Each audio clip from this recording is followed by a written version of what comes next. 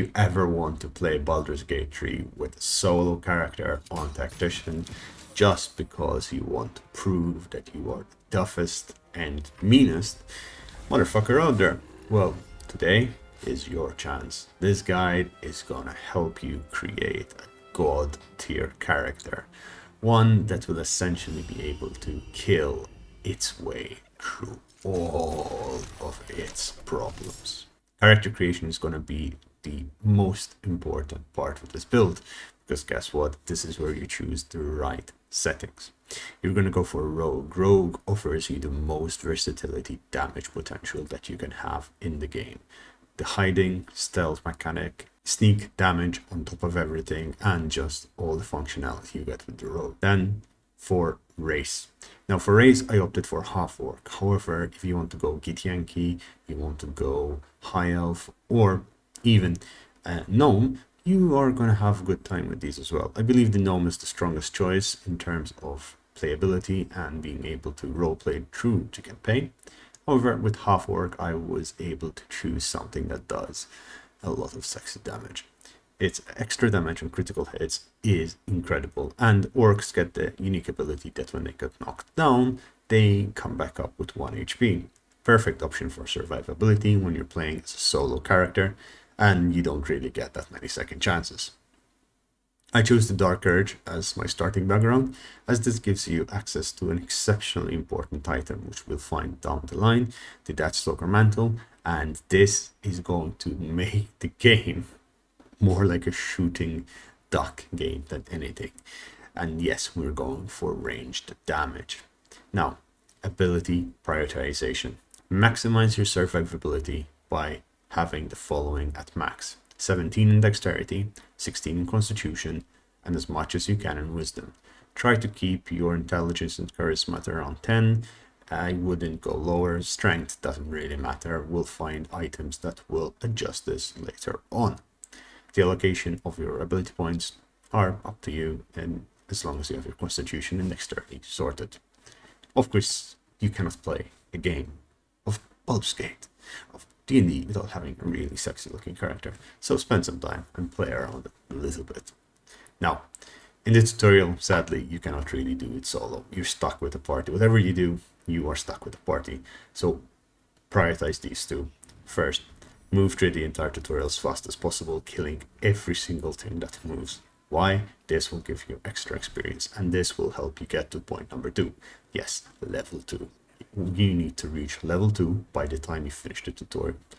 Once you've landed, you need to be either very close or just finished level 2, as level 2 is so important for what's about to happen next. Otherwise, it just gets extra harder. Level 2 gives you access to Cunning Action. Cunning Action is extremely important. You get Cunning Dash, Cunning Hide, and Cunning Disengage, essentially giving you 2 actions per turn compared to the solo action before. Now you can shoot and hide every single turn, ensuring that you proc your sneak damage, sneak attack every single turn. If you are wise with your positioning, and you're going to need to be wise with your positioning, but we'll get to that later. Now you finish the tutorial. Recruit Shadowheart, that gives you a little bit extra XP and some items if you haven't already gotten them off her in the tutorial. And massacre your way across everything by not killing anything. You're gonna run straight to this area, to this door. And here you are going to make sure you have a very important function. You're going to press F5 like your life depends on it before you do anything else. Then you're going to equip a crossbow, and after making sure that you've looted everything that you can without interacting with the poor brains that are waiting to feast upon you on top of the hill, you're going to lockpick your way in through this door. As I said, you need to save. I got it on my first try here, but not everyone will. So make sure you only have one lockpick, you have only one chance. If you're inspired, technically too. Open the sarcophagus and instantly press the button to deactivate the traps, loot the room, the next room, and loot all the skeletons in the third room. Then, before you get to speak to others, you're gonna try and pick up one of the skeletons, specifically this skeleton over here. And after you kill him and you need to save before doing this because it doesn't work every single time. After you kill him, you're going to hide, wait a turn, then shoot and hide with your bonus action. Shoot and hide with your bonus action. Making sure they do not know where you are. Trying to hide as much as possible. Snipe them up one by one. If you take them all at once, they will massacre you. There's so many of them. However, if you take your time and do it slowly, you're going to be able to win this fight really easily. Then you get to speak with Withers, our best friend in the whole wide world, get all the loot, even inside his sarcophagus, and sneak quickly to the side room where there is a little book there that gives you some little extra experience and tells you a little bit more about the backstory of what, why, and how everything is happening. It's more like foreshadowing, if you will. Now, you're done. Fantastic. Get out of this area by climbing through this little hatch on the side, and there's going to be a group of adventurers here. Now, there's a little stone hanging right above the two arguing, the gnome and the human. Shoot it and instantly hide. You're going to see this stone falling down, killing them, and you would not have really needed to do anything to do so. They will die, and you will just skitter away. At this point, you need to go and rescue Gale. I know, playing the Dark Courage, it's really tempting to just bite his hand off, but he's a mage, and he can be pretty useful, and his side story gives you a little bit of experience, so get him. Now, what's really useful about Gale is that he can cast 2 spells. First is Mage Armor. Mage Armor is amazing. Why? Because it does not require concentration, and it does not get dispelled when you kick someone out of your party. Longstrider does the same. Now, Longstrider gives you 3 meters movement speed, and Magic Armor gives you base 13 armor if you are not wearing any armor. Fantastic. You have +3 to your dexterity, meaning that with Mage Armor you have 16 armor compared to as leather armor, which will be 14 or 15. I forgot which. Basically, Mage Armor is better. And Longstrider makes sure that it is harder for anyone to find you and to get you if they're running after you. Fantastic. You've done this. There are some in-game bugs that happen or events that cancel these effects, but that's okay. You can just go back, cast it again, kick Gale out of your party from the camp, and continue on with your life. Perfect. You are slowly moving in a place where you will not need long rests anymore. At all. But you're not yet there. You're still level 2. You have 16 AC, 12 meters of movement speed. After Gale, try to save Lae'zel. I failed miserably here. Bad rolls, it's fine. You can save and repeat and try again. However, I just went with it. She'll be okay. You can recruit her later on. It's absolutely fine. With regards to the rogue and mage that you left, wondering how their friends died from that sneaky little rock, you can now go kill them. It's easy. All you need to do is shoot from sneak and hide again once they figure out that you're shooting at them. The AI here bugs out a little bit and they'll keep trying to find you, especially if you just move around a little bit, but they'll never manage to find you, and you can keep shooting at them till you kill them. At this point, I also decided to shoot at Astarion in the back and then resurrect him just for the funs of it. There can only be one rogue after all. And clean up all the area for speed potions, items, and kill the little intellect devourers, which are waiting for you still. They are now really easy to kill, especially if you kill them from stealth, from behind. You can shoot them down really fast, and they will die without even noticing what the hell happened to them. It's quite interesting, really. If you fight them from the front, you get massacred. If you take them from behind, they're absolutely a walk in the park. Plus, you're also a little bit stronger at this point since you have a few more items in your infantry. A little bit more of tools, if you'd say. Now, we trigger the battle at the gates of the Grove. Make sure that the humans die. Why do you ask me? They're annoying as hell. However, it's really for the loot. You have more loot to sell, and one of them has a one-handed crossbow that you should get and not be like me and sell it like a moron I am accidentally, but it's fine. I got it back. We'll get to that later, but yeah, get everything up, and at this point you should be leveling up to level 3.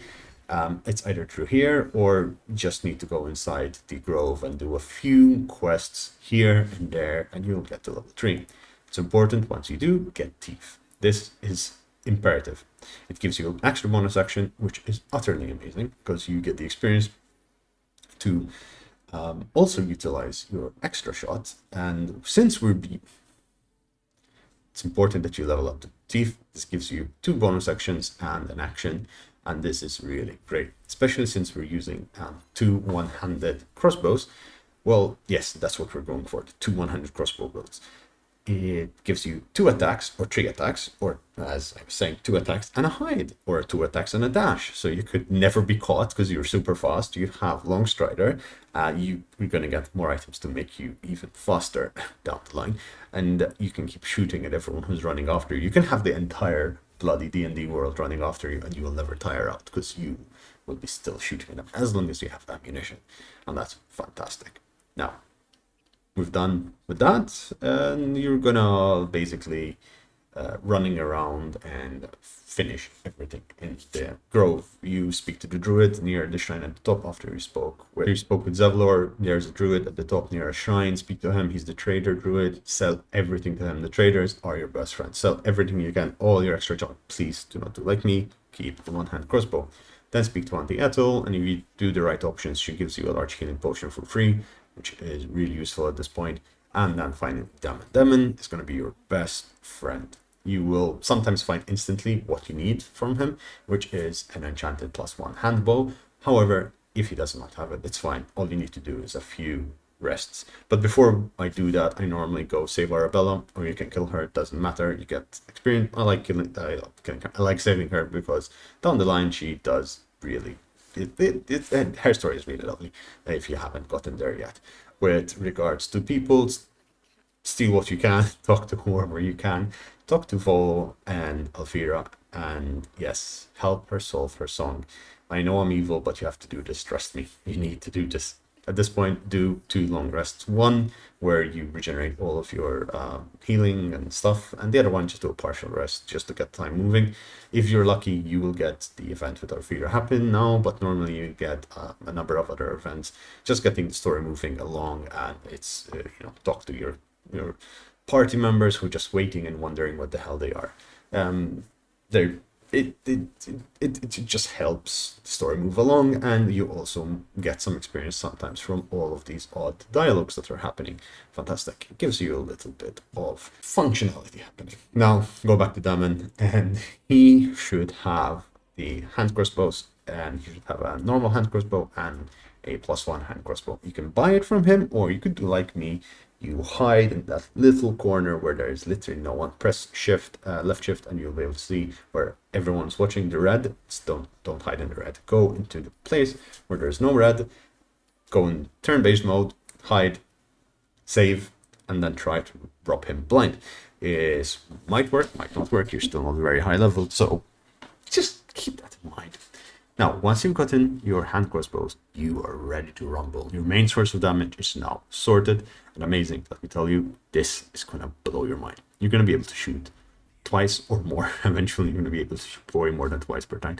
But essentially, you are able to shoot, hide, and dash at the same turn, allowing you to move around the battlefield as if no one has a clue what is happening. You can kite till the end of days and no one will be able to touch you. On top of this, you're going to do a lot of damage. Now, once you've gotten hold of your crossbows, it's time to get killing. The hidden passage where there's the downed druid, there are 4 goblins. Kill them. You can take them out really easily from stealth. They will not even know that you're there. Then there are a couple of humans outside. You can kill them as well, and they will tell you about the owlbear if you speak with them and let them go. But I just kill them because why the hell not? Extra experience, right? Collect all the herbs that you find along the way. That is important. At this point, I do it passively, but I should actually remind you. Collect all the herbs and stuff, as they will be able to translate to potions later on. Potions are good for you. Anyway, get to the owlbear, but first make sure you do collect the tadpole from the dead brother. And while I'm at it, I should remind you to speak to Nettie when you're inside the grove and collect the tadpole once she leaves the area. There's a tadpole on the table. But yes, I digress. Getting back to the owlbear. This is a really easy boss fight. if you want to cheese it. If not, it's going to be really difficult. So I recommend cheesing it. You are going to turn-based mode, save, then turn-based mode, sneak your way across onto this little stone staircase here, or ladder, if you will. Put vial poison down on the ground, throw it on the ground, and dip lethal poison. Dip your two crossbows in it, and then start shooting. Mama Owlbear is not gonna like it. She's gonna die really quick. And since you tip the crossbows in the poison, not just cover them with poison, the poison stays there till you do a long rest. So hey, it's not 10 turns. They stay there permanently, and hey, you can do a lot of damage with them. So yeah, dip, don't coat. I'm not sure how that sounds, but yeah, there you go. Clear the cave. There's a lot of really good items in here. There is a really good chest piece. There's the owlbear egg, which you can sell for good, decent money. And there is the saloon little shrine where you can collect stuff. At this point, I went back to the temple, finished off the adventures inside, and just cleared out the entire area, collected all the stuff, sold what I could. You start stacking up money really quickly at this point. Keep at least 5 to 10 health potions on you at any point in time. You'll use them. If you need to rest, I must make it clear, rest whenever you feel it's necessary. Short rest, long rest, just keep applying the buffs every single time. It's just buffing yourself up can be a bit tedious, but just do that. And of course, poison your bows because it's going to be really useful. Now, we need to get to level 4. We're level 3, and we've basically done the starting area. We're done the basics. Let's get to the Blighted Village, enter from the side, killing the goblins slowly. Don't go from the front, because the front can be a little bit difficult. If you go in from the side, there are 2 goblin guards, you can kill them really easily, and then there are a number of other goblins. Just get rid of them one by one, and just get across. In the middle, there is a chest with the Helmet of Momentum. This is really useful. Get it, equip it. Do not kill the ogres yet, they're too strong for you. Run across, chat with Rayful, unless for some reason he decided to talk to me earlier in this run. But yeah, normally he spawns around here. Jump over the broken bridge to the Risen Road and run to Joaquin's Rest. I'm marking it on the map here for you. There, save the counselor by doing it the sneaky way. Of course, we do everything the sneaky way. Destroy this barrel, set up the boxes, ladder or stairs or something. Jump up, unlock the door and let her out. It's the easiest way, and it makes sure nothing explodes, no one dies, and woo, you've got some extra XP, some extra loot in this area. Collect everything you can.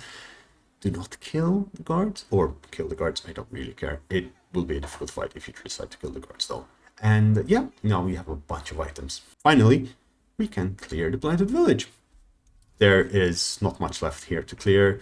You can kill any remaining goblins. You can clear the goblins which are protecting the windmill. To do so, it's best you do a hit and run tactic where they will die really easily. It's just I ambushed them, I instantly killed. I think the first attack I did from sneak. I killed the boss, and then I took down 2 of them in the first turn, and I ran away while they were surprised. They followed me and they died. This is the point you go down into the deep, dark well. There's going to be spider monsters here. Spiders are going to be a pain. You're level 3, they're level 4. Take a deep breath in. You're going to be fine.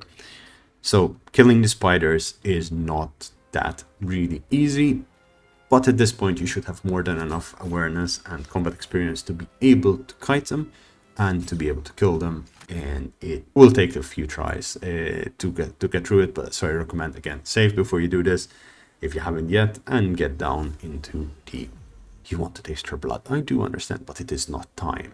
What you do now is you cast Featherfall on yourself and take a leap of faith into the big black dark hole. In here you are one step closer to becoming the immortal pew pew machine. Instantly hide once you get to the Underdark and the animation is done, and sneak your way to the Myconid village, unless you are really tempted to fight the 2 huge honking minotaurs which are roaming around in this area.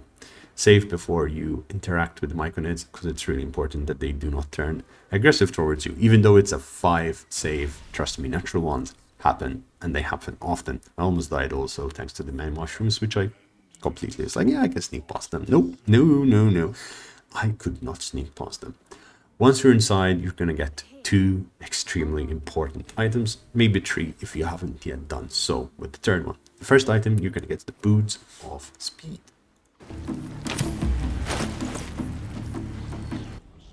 The Boots of Speed, you get them from this gnome here, which is next to the Myconid Sovereign, and you will really want this item. It basically gives you an additional buff to your movement speed, where in one turn you can move up to 70 meters thanks to this amazing item. This is without haste. If you put haste on, it's even crazier, and then momentum and all of this stuff. It just adds up. Then you need the second item. The second item is the Caustic Band. It's a ring that gives you 2 acid damage on every one of your attacks. Right now you can do 3 attacks per turn, so that's plus 6 acid damage per turn if you hit. And this is not even our final form yet. We're still going forward. Once you've done this, I recommend doing a long rest, buffing yourself up, and hopefully you get the events start moving. You need some of the events to get out of the way, and if you want to do so now, you can. I do this later, but if you do so now, basically do like 3 or 4 partial rests in a row, and you'll get all of these events coming along, where you will get items, etc. But you don't really need it right now. I'd wait till I was level 4. Once you get to the Blighted Village, make sure you've sold everything. I got my Alfira event here and some of the Outsider events. So once these happen, you can move along. And we're going to get our last power-up that we need before the level 4 power-up and the Ultimate Darkstalker Mantle, if you decided to go with Dark Urge build. I decided to jump from the broken statue of Saloon here into the Goblin camp, and I thought it was cool. This way you can get into the Goblin camp, no questions asked, no one will ask why you're there, and you can trade for the gloves of archery. These are amazing. It gives you proficiency with longbows and the short bows, but what it really does, it gives you plus 2 damage to each ranged attack that you do. And this, my friends, is freaking amazing. Your crossbows, your hand crossbows, are slowly becoming stronger than great battle axes. So yeah, we're doing damage here. Now, at this point, I was extremely close to level 4, and so should you. So this is the point where it turns wild, and hence I went and I killed the sleeping goblins and bugbears. If you don't manage to sneak attack, kill them all, and you can run away, run to camp, come back, they'll be back asleep. Just make sure they do not alert the rest of the camp, or else you might be in a little bit of a trouble.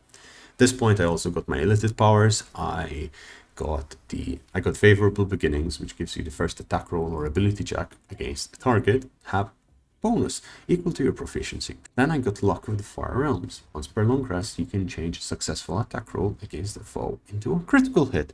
Oh my lord, that is fantastic. Basically, this is really good against bosses. It will help you take down bosses. Another source of experience, if you haven't hit level 4 yet, would be going to Free Halsin. I basically went into the caves into the system and fleet Halsin without alerting any of the others. The way you do this is you kill all the goblins before any of the kids escape or anyone else escapes to ask for help, and it should be relatively easy. Just focus down the gobos, the small gobos, and then the rest will fall really easily. And congratulations, you are now at level 4. What does this unlock? It unlocks you the ability to choose a feat, and I chose Athlete. Athlete allows you to stand up to prone with only 1.5 meters of movement speed, compared with the normal half of your movement speed, allowing you to essentially get up faster. But it also gives you +1 to either your dexterity or your strength. I chose dexterity, obviously, and I have now 18 dexterity, which means I have 17 AC, because it's +4 to my mage armor. I have basically a number of buffs along the way. You have better hitting rates, better everything. You can hit better and hit harder as well. In fact, I have +9 to hit on each of my crossbows, and I have 2 of them, so in reality that's even better. I also have 2 +1 hand crossbows, because Daman or the Mushroom Farmer generally restock these really often, and I've rested enough times and checked enough times to get them. So hey, there you go. You're good to go till Act 3 at this point. Each one of them does 8 to 13 points of damage per hit, before sneak damage, which you can proc every turn because you can hide yourself every turn. Plus I use poison. At this point I am using Wyron poison, as you see, and crossbows. This does a lot of extra damage. If you haven't yet gotten the piece de resistance as playing the Dark Urge, the Deathstalker mantle, just keep spamming rest events and eventually you'll get it. Why do you want to get this? Every time you kill someone, you gain 2 turns of invisibility, which negates the need for you to actually hide at all. It just does it for you. And it just... you can go to town with this. Yeah. But then, harvesting Warg Fangs, I was able to do something else. Elixir of Bloodlust. This gives you an action and 5 temporary hit points once a turn if you've killed an enemy. And guess what? With this build, you're going to be massacring enemies left, right, and center. So, frankly speaking, you're going to be able to kill a lot of enemies really easily. You are now a monster of epic proportions. At this point, if you haven't realized, this build is utterly insane. It is crazy what you can do with it. Like, I was able to breeze my way through killing the gnolls, killing the paladins of Tyr, and I didn't even feel it. I'm gonna put him up, Mr. Pew Pew, up against anything and everything, and I think I'll be able to get along with it just fine. What do you do from here? Well, there are ways you can level up Mr. Pew Pew, and you can go to town. You can get fighter, you can get ranger, you can get all of these amazing things. Instead of getting athlete, you can go for sharpshooter, which essentially allows you to do an additional +10 damage, but this comes at a disadvantage to your attack rolls, which this is absolutely fine. But then again, you're mostly shooting from sneak, which gives you an advantage on hitting, so it's going to even do even more damage. Oh my god, that is crazy. That is absolutely crazy. But yeah, tell me what you think of this guide. I found it to be incredibly strong, incredibly well balanced. I prioritized survival on top of damage. So you're dealing a lot of damage, but you're dealing also making sure that you survive as long as bloody possible to be able to achieve that damage without having too many problems. And on top of all of this, it is a it's a fun campaign because you're playing the game, you're running around, and it's just funky and wonky and strange because you're just one character. And if you're still watching at this point, thank you so much for watching. It's one of my longer videos. Hope you do enjoy this. If you do, please leave a like, leave a comment. It does, I cannot even explain how much it helps. It's just that little bit extra niceness from your end. It just, triggers serotonin in our brains. I don't know how to explain it. And if you're new to the channel, subscribe. Yeah, subscribe. Tell me what videos you want to see, what stuff you want to see. I think I've milked Baldur's Gate quite well. I'll still be uploading videos about it. I might be making a few more videos on Oblivion soon, but we'll see. Anyway, thanks for watching. Have a lovely day, and goodbye.